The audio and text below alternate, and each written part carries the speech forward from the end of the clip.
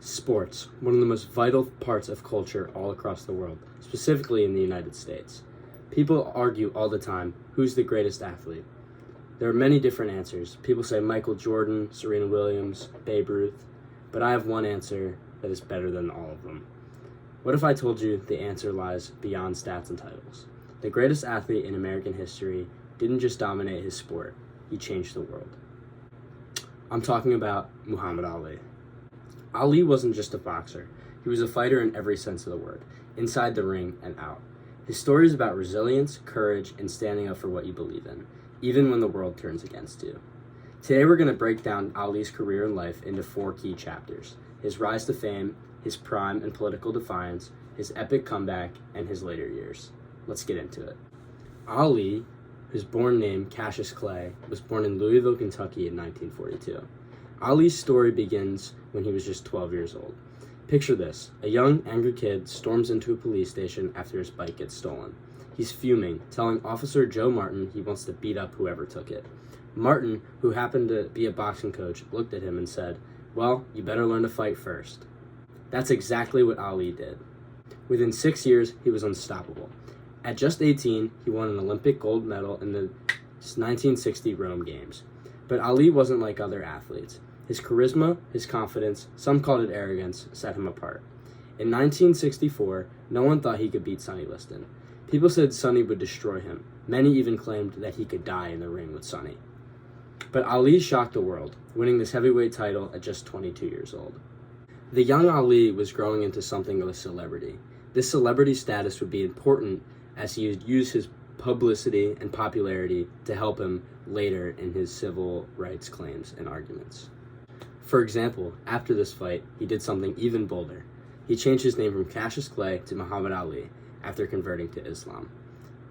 When asked why, he said, "I'm free to be who I want to be." This wasn't just about religion. It was a statement of independence and of defiance. Ali was challenging the world's expectations, and he was just getting started. Now let's talk about Ali's athletic prime, as well as his years of political defiance. From 1964 to 1967, Ali was unstoppable in the ring. His style was revolutionary.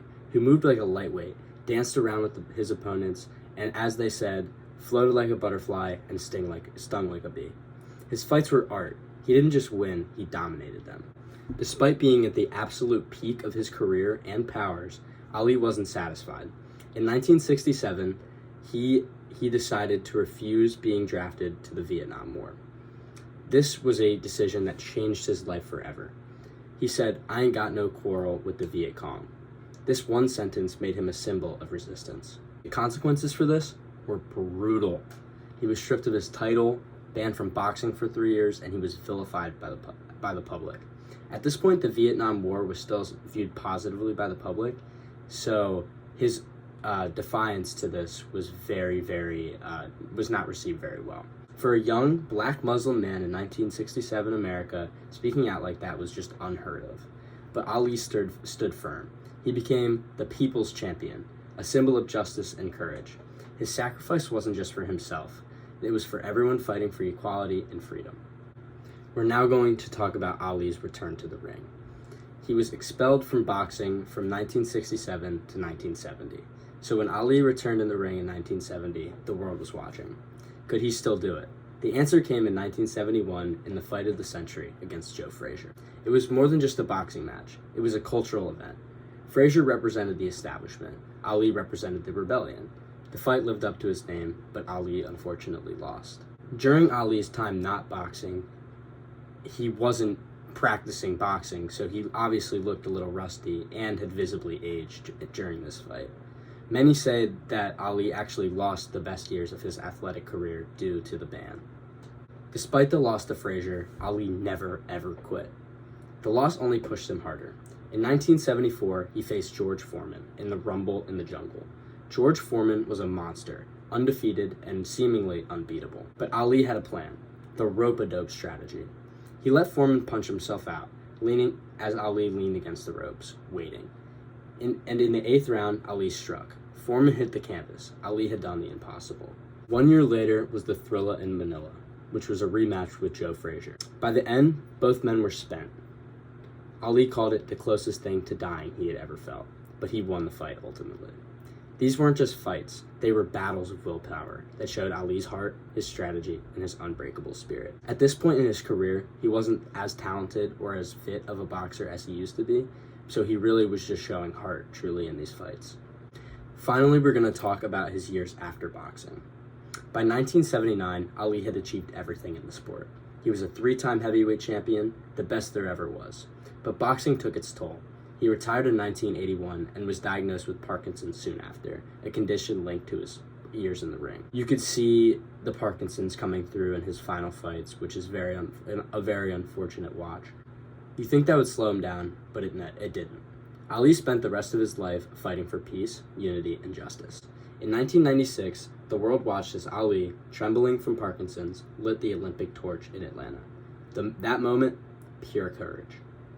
Ali passed away in 2016, but his legacy lives on. He wasn't just an athlete, he was a global icon, a humanitarian, and a symbol of resilience. Now, when I claim Muhammad Ali is the greatest American athlete of all time, there are of course some interesting counter-arguments that we have to dive into. I get it. People will say Michael Jordan, Serena Williams, Jackie Robinson, Babe Ruth, Tiger Woods, they all deserve the title. Jordan transformed basketball, but his influence outside the sport doesn't even touch Ali's. Serena broke barriers, but her activism hasn't reached the same political heights. Jackie Robinson shattered baseball's color barrier, but his impact stayed within the racial equality. Babe Ruth changed baseball, but his legacy is purely athletic. Some people even try to argue that Ali isn't even the greatest in his sport. Critics bring up names like Mike Tyson or Joe Louis, for example. But think about this. Ali lost his prime years to his stand against the Vietnam War.